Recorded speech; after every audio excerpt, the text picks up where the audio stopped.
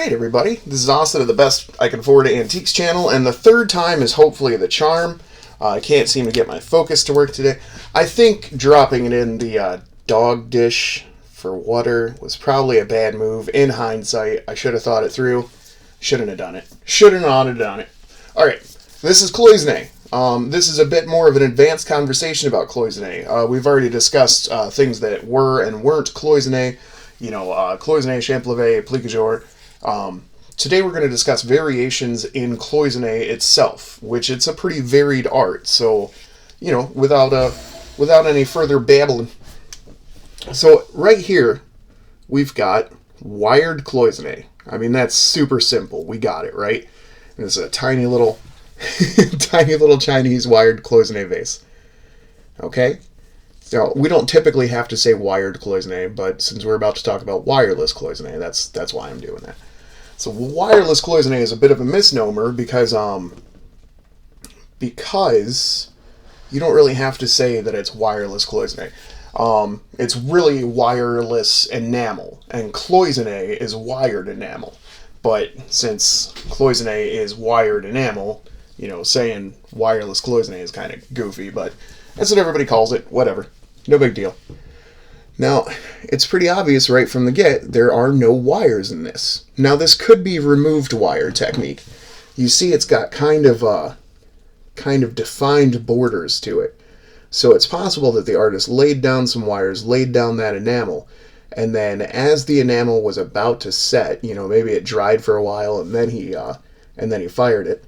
But it's possible that as that set and became a little stiff, he took the wires out of it and then fired it like that to get that finished effect of a flower with borders. So definitely wireless Cloisonné, possibly removed wire technique.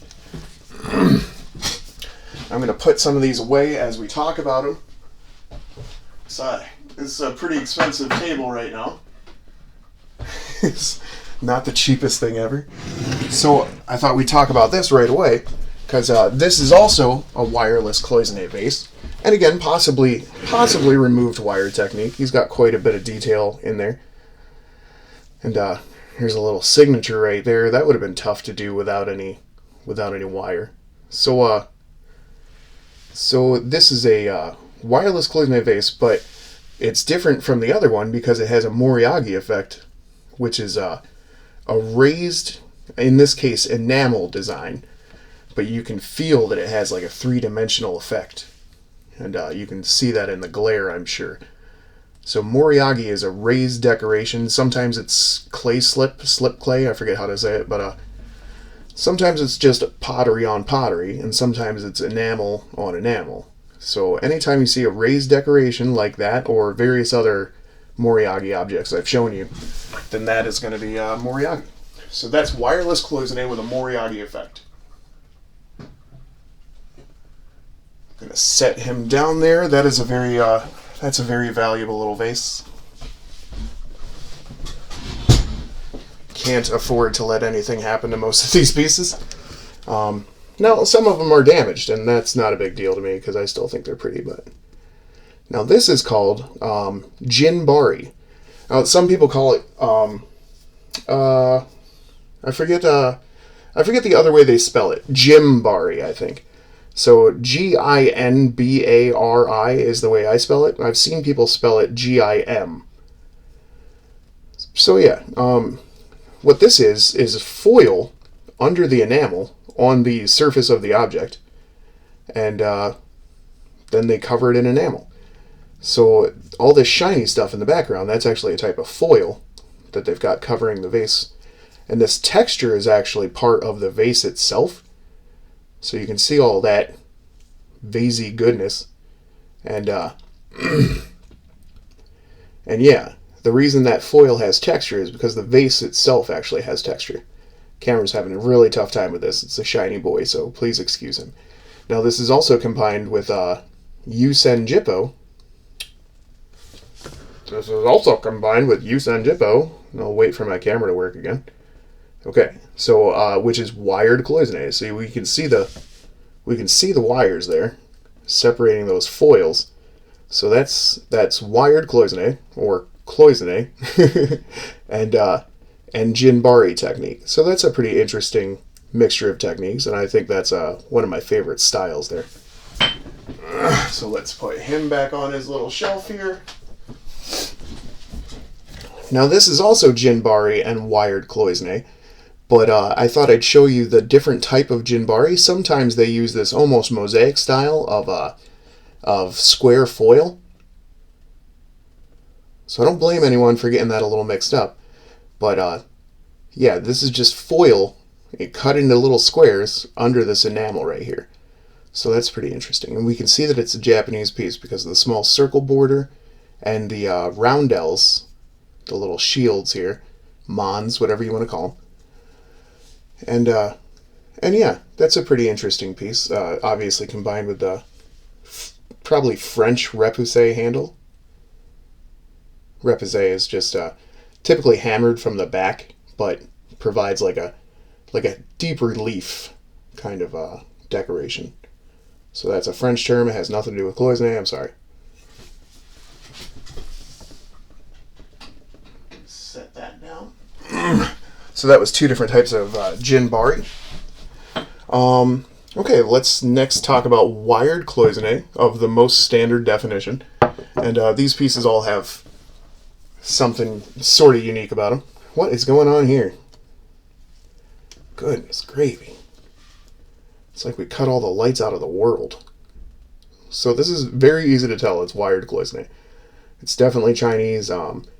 If you haven't watched my videos on how to identify Chinese Cloisonné, go right ahead. I know a lot of this stuff's pretty dry. I try to be a fun dude, but I mean, I'm also trying to convey enough information that you actually become good at identifying these various things.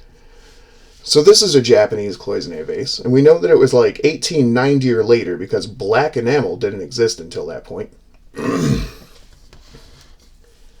if I turn this back this way a bit, getting a lot of glare on them. But what's special about this one is that it employs Goldstone Technique. I think that's I want to say it's like pyrite or feldspar or something. Feldspar. I forget what it is. But it's basically a mineral, probably not usually gold. I mean, typically it's just going to be some sort of shiny mineral that will trick you into thinking there's gold in there, and that's called the Goldstone Technique. So we know that that's a little Japanese 1890s vase. And if you didn't know it was Japanese, what you could do is look for a foot. You see his foot? Japanese dragons have 3 claws. They do not vary in that as far as I've seen. Like, if it's Japanese, it has 3 claws. Now, 4 claws, 5 claws, that can be China, that can be Korea.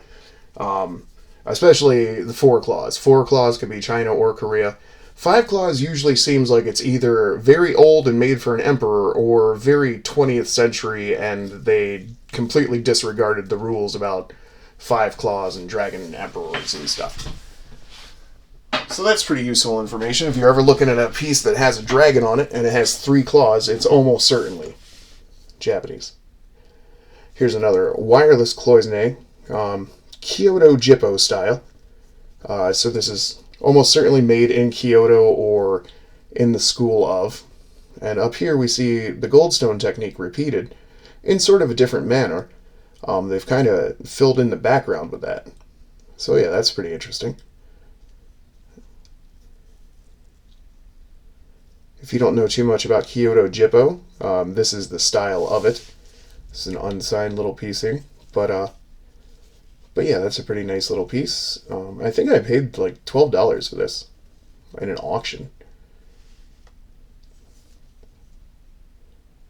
So yeah, that's wired Cloisonné, Goldstone Technique employed, and Meiji era Japan. So then we'll move on to what I believe is a mix of wired and wireless Cloisonné. I think you can see how that would quantify as that. So we've got the large wireless background, which is also a Japanese invention. Black enamel, wireless Cloisonné, these large open backgrounds, that's all a Japanese invention. That's why the Meiji era of Japan is referred to as the golden age of cloisonné. I mean, they invented things, they perfected the art. I mean, you know, look at this guy, 120, 130 years ago, and he was just rocking it. So yeah, we see he's got wires there. I'm sure you can see better in his shoulder there that he's got several feathers outlined and stuff. So yeah, he's got obvious wire work. Now this is an interesting point right here, because you see the wires eliminate throughout there. So we could consider that wireless technique, but it might be removed wire as well. It seems like maybe they got that border there and then stuck in these wires to, you know, detail it a little bit. So that's kind of an interesting thing. And I don't know if you can see his little wire swirl there, but that's a pretty cool detail. So yeah, that's one of my favorite pieces. And yeah, it employs like several techniques. It's a very interesting piece. So then we've got twisted wire technique. Okay, it's not a super common thing. Especially in antiquity, you would have had to sit there and hand twist wire before you laid it down on a vase, which, you know, I mean, if you want to increase the time it takes to make something that takes a lot of time,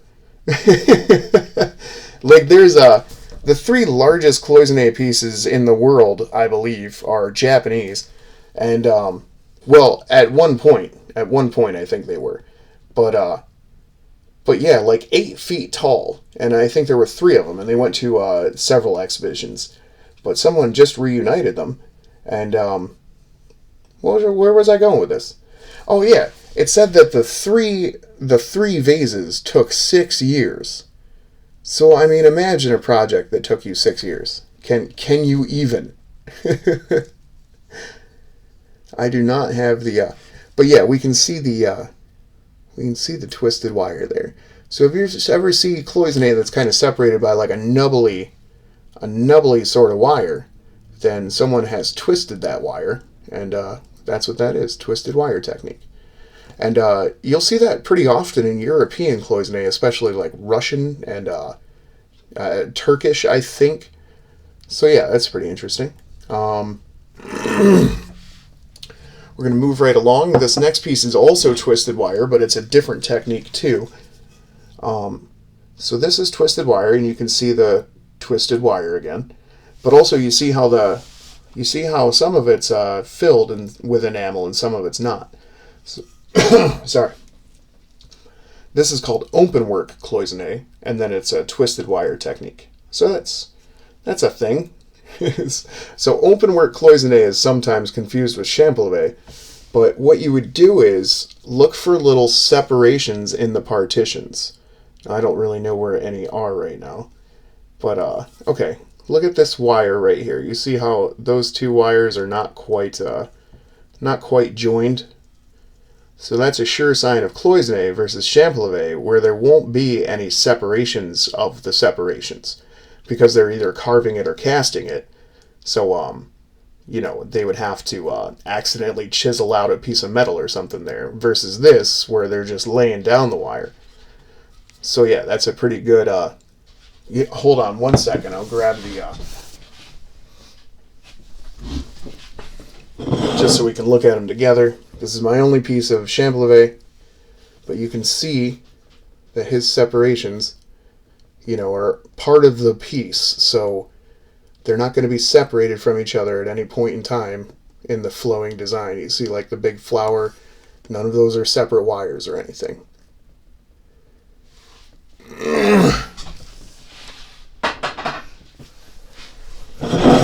Okay, and then our last one. Now, cloisonné is almost typically defined as, or I mean almost always defined as a metal base with metal wires or partitions. Now, Japan done went and did it. So this is called Totai Shippo, and it is cloisonné on ceramics. Now, you're not usually going to find these in 17-inch tree bark Totai Shippo, which is what this is. Usually, first off, these will be blue and white, and then have variations in them.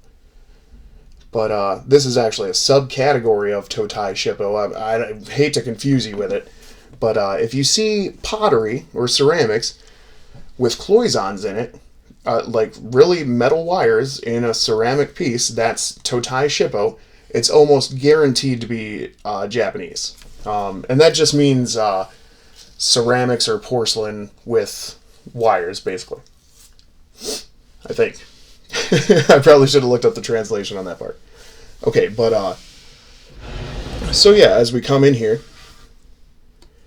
I mean, I'm sure you can see the wire detailing, and this piece is definitely ceramic. Let's go up here and look inside. You see there's a hairline in it, but, I mean, a 17-inch piece of Totai Shippo in Michigan, I pretty well had to get that. So yeah, you can see there's actual wires in ceramic, and then this tree bark effect is something that somebody started doing. This is a signed piece. This is Tashiro. And a pretty neat thing, if you want to take a quick gander, you see there's cloisonne waves, which, I mean, who doesn't love a Japanese wave, right? But there's cloisonne waves crashing into these rocks here with these seabirds on it. There's a big chip right there, but well, what are you going to do, you know? Goodness gravy. I think I'm going to have to find some way to polish this or something. I'm going to have to bring a little bit of life back to it. It's hard to clean because, oh, you know, and that's one thing, you know. I wear these gloves, you know, people knock like Dr. Lori for wearing gloves and stuff. But, you know, when I'm touching stuff that I have to clean later, I'd rather just avoid fingerprinting the boots off of it, especially with Cloisonné. Now, you see down here, here's a chip, and it's right off of the base of the object there. So, I mean, if I take a rag around that, and I'm not completely, you know, aware of what I'm doing, I can hook that and tear off another piece of enamel. So, I mean, you know, do what you can to not fingerprint your own pieces of art and stuff, because the more you clean them, the more chance there is of damaging them.